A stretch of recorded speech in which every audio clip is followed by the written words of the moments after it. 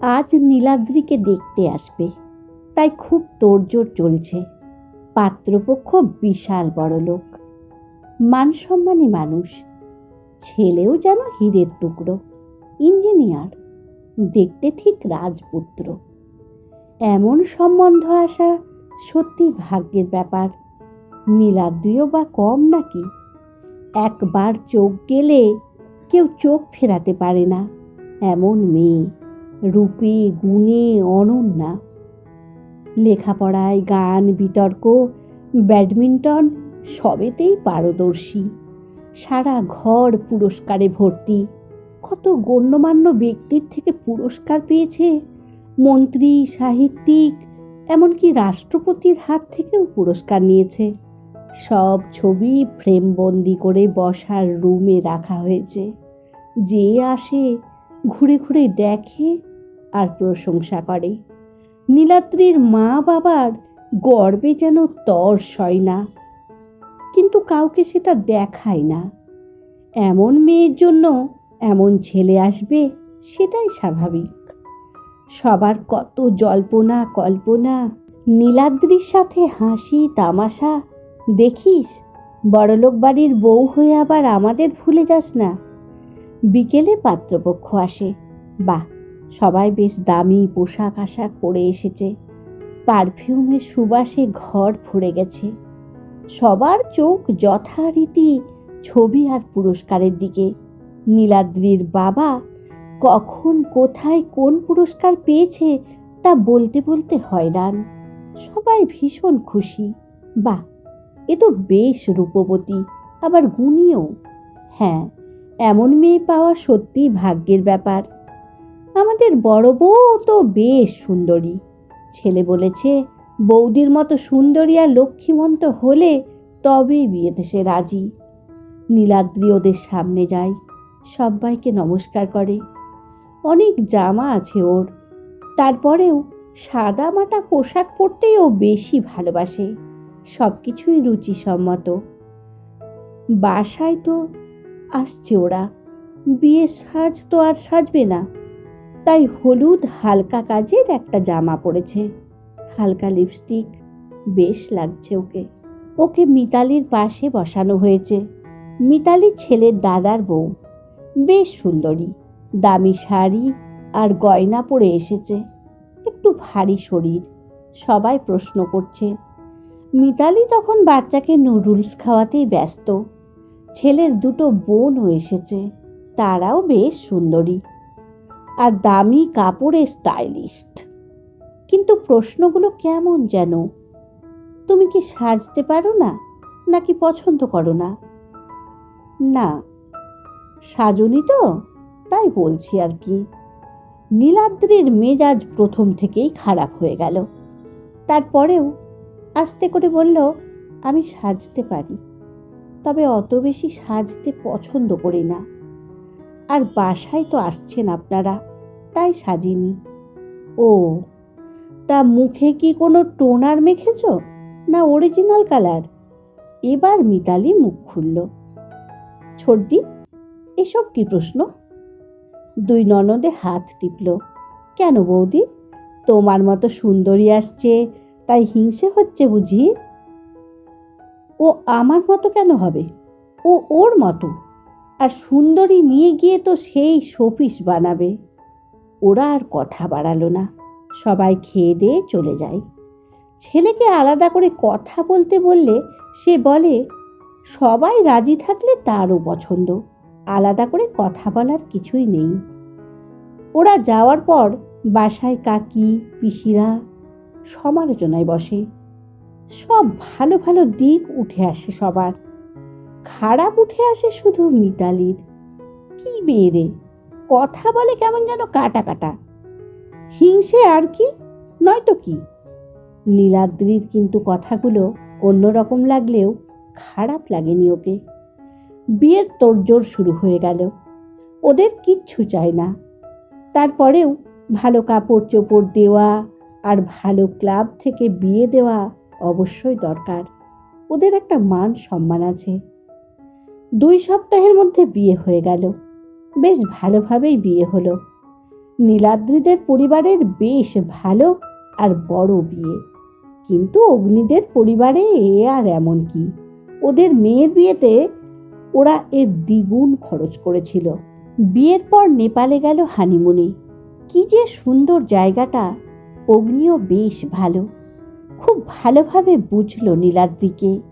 নীলাদ্রিরা ফিরে আসার পরও অনেক লোকজন ছিল বাড়িতে, ননদরা, বাচ্চা কাচ্চা সবাই। বেশ বড় ঘর, সবার জন্য আলাদা আলাদা ঘর, বিশাল হলরুম, নামি দামি শোপিস। সবাই খুব খুশি আর মিশুকে, শ্বশুর শাশুড়িও। যখন সবাই চলে গেল, এতদিনে খেয়াল হলো মিতালির কথা। খুব ভালো রান্না করে, বিভিন্ন নাস্তা বানাতে পারে, সবার সাথে হাসি মুখে মেশে। দুটো বাচ্চা, ইতু আর সেতু। সবার খাওয়া হয়ে গেলে দুজনে বসে একসাথে খায়, টুকটাক কথা বলে। নীলাদ্রির গানের গলা ভীষণ ভালো, মাঝে মধ্যে মা বাবা ডাকে গান শোনায় ওদের। নীলাদ্রির গানের অনুষ্ঠান ছিল, অগ্নিকে বলাতে সে নিয়ে যায়। 3 রাউন্ডের অনুষ্ঠান।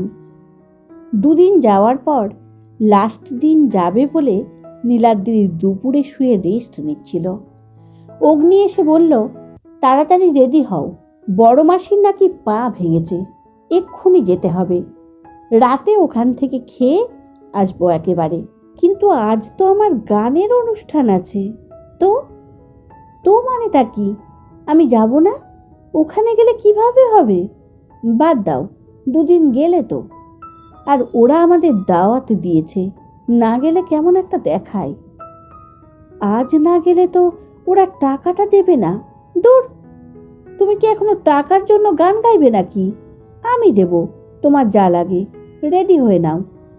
এই বলে বেরিয়ে গেল অগ্নি। তুমি কি টাকার জন্য গান গাইবে নাকি এখনো? কথাটা খুব গায়ে লাগলো ওর, কিন্তু কিছুই বলল না নীলাদ্রি।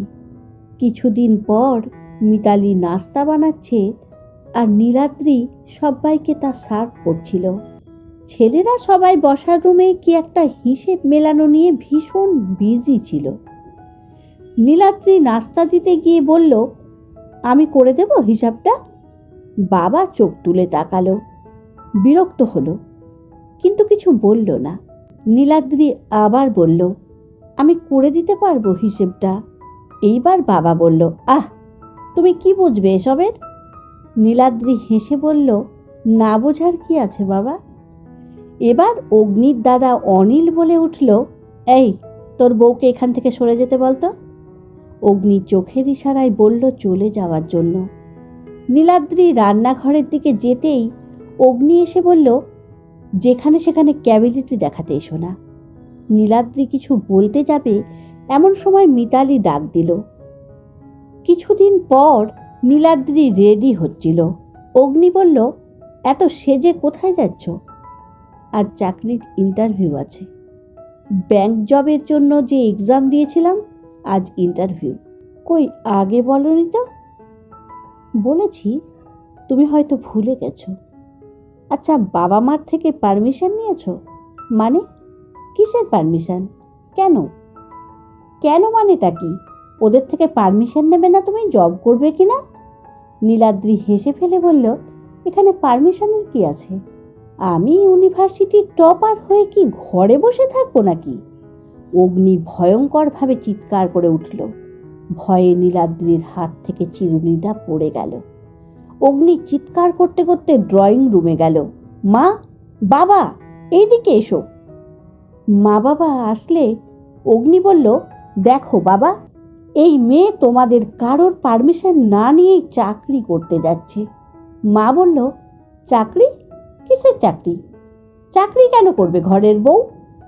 নীলাদ্রি কিছু বলার আগেই বাবা বলে উঠলেন, তোমার যা লাগবে সেটা অগ্নিকে বলবে, আর যদি বাপের বাড়িতে সাহায্য করতে চাও তাও বলবে, চাকরি করার কোনো দরকার নেই। নীলাদ্রি বলল, কেন চাকরি করব না? পড়ালেখা করে কি ঘরে বসে থাকবো? অগ্নি আরো জোরে চিৎকার করে বলল, মা বাবার মুখে মুখে তর্ক করছো? ওরা বলেছে মানে তোমাকে চাকরি করতে হবে না। নীলাদ্রি বলল, তাহলে MA BA পাস করা মেয়ে এনেছো কেন? ম্যাট্রিক ফেল মেয়ে আনতে পারতে, যে ঘরে থাকতো কাজের মেয়ে হয়ে। অগ্নি এবার অগ্নিমূর্তি হয়েই এগিয়ে আসলো নীলাদ্রির গায়ে হাত তোলার জন্য। মাঝে মিতালি চলে এলো। ছোটদা, তোমার কি মাথা খারাপ হয়ে গেছে? করছোটা কি? অগ্নি ওখান থেকে সরে যেতেই নীলাদ্রি চেয়ারে বসে পড়ল। কি হলো এটা? দুপুরে নীলাদ্রি খেলো না কিছুই, রুমে শুয়েছিল। মিতালি এসে বলল, ওঠো। না, আমি খাবো না। খেতে হবে না, রেডি হও, একটা জায়গায় নিয়ে যাব, চলো। মিতালি নীলাদ্রিকে নিয়ে ওর বাপের বাড়ি গেল। খুব সুন্দর গোছানো। মিতালিরা 3 বোন। মিতালি সবার ছোট। মিতালির বাবা নেই, মা আছে। বড় বোন স্বামীর সাথে লন্ডনে থাকে। মেজ বোন ডাক্তার। মেজ বোন স্বামীর সাথে থাকে না, বাচ্চাদের নিয়ে মায়ের কাছেই থাকে। 3 বোনই অসম্ভব সুন্দরী। মিতালি নীলাদ্রিকে নাস্তা দিয়ে বড় একটা অ্যালবাম বের করলো। ধুলো জমা কিছু ট্রফি আনলো। এগুলো কার দিদি? আমার, নাচ আর আবৃত্তির। বাবা যখন ছিল সব চকচক করত, এখন সব ধুলো মাখা অতীত। তুমি নাচ করতে? হ্যাঁ, জেলা চ্যাম্পিয়ন হয়েছিলাম। নীলাদ্রি ছবি দেখতে শুরু করলো। কত জায়গায় নাচের ছবি, পুরস্কারের ছবি। শেষে দেখলো ঢাকা ইউনিভার্সিটির রসায়ন ভবনের সামনে মিতালির গ্র্যাজুয়েশনের ছবি। তুমি ঢাকা ইউনিভার্সিটির ছাত্রী? আমি ফার্স্ট হয়েছিলাম আর তোর দাদা থার্ড। ও মা, তোমার সাথে একসাথে পড়তো? তার মানে প্রেম করে বিয়ে? শোনো তাহলে, আমি ছিলাম তোমার মতোই, সব কিছুতেই ফার্স্ট হতাম। নাচ ছিল আমার ধ্যান। অনিল আমাকে নাচের প্রোগ্রামে দেখেই পছন্দ করে। ভালো স্টুডেন্ট ছিলাম দুজনেই, তাই কাছে আসতে সময় লাগেনি। ওদের ফ্যামিলি আমাদের ফ্যামিলিকে ভালো করেই চিনত। ওরা পয়লা বৈশাখে আমার নাচ দেখে খুব পছন্দ করে। আমাদের বিয়েটাও খুব ভালোভাবে হয়েছিল। বাবা তার সর্বস্ব দিয়ে আমার বিয়ে দিয়েছিলেন। আমার ইউনিভার্সিটিতে লেকচারার হিসেবে যোগ দেওয়ার সব ঠিকঠাক ছিল। তখনই হঠাৎ অনিলের বাবা হার্ট অ্যাটাক করায় আমি মাসখানেকের জন্য বাবার ওষুধ, খাবার দাবার এসবের দায়িত্ব নিই। বাবা খুব তাড়াতাড়ি সুস্থ হয়ে ওঠেন। আমি যখন জয়েন করতে চাইলাম, অনিল বলল, তুমি থাকলে বাবা মার স্বাস্থ্যের বেশ খেয়াল থাকবে। কাজের লোক তো আছেই। অনিল বলল, কাজের লোককে সব দেখানোর জন্য তো একটা মানুষ দরকার নাকি? মা আর কত করবে? আমি অনিচ্ছা সত্ত্বেও রাজি হই, শুধু ওকে ভালোবাসি বলে। আমি জয়েন না করায় চাকরিটা অনিল পেয়ে যায়। এরপর বাবু পেটে আসে। আমার দিনরাত ঘরের কাজ করতে করতে, সবার দেখাশোনা করতে করতেই চলে। এভাবেই সংসারে আমার ফিজিক্স, কেমিস্ট্রি, রান্না বান্না আর ঘরের সৌন্দর্য বৃদ্ধিতেই কাজে লাগাতে লাগলাম। প্রতিদিন যুদ্ধ জয়ের মতোই সব সামলে সবাইকে খেতে দেওয়ার পর মনে হতো এ আর এক যুদ্ধ। কিন্তু 10 বছর পরে যখন তুমি ফিরে তাকাবে, দেখবে শুধু রান্না বান্না করে খাওয়ানোই হয়েছে, আর কিচ্ছু না। এ যেন কিছুই না আর। আমার সব গুণ অতীত হয়ে শুধু রূপটাই গুণ হয়ে রয়ে গেল, আর কিছুই রইল না আমার। বলতে বলতেই মিতালির 2 চোখ জলে ভিজে উঠল। মিতালি অ্যালবাম তুলে রাখতে গেল আর বলে গেল, তোমার মতো কত টপার নীলাদ্রি আমার মতো শুধু ভালো রান্না করা মিতালি হয়ে যাচ্ছে। তার খবর কি কেউ রাখে? কলমে দোলনা বড়ুয়া তৃষা, কণ্ঠে সোনালী।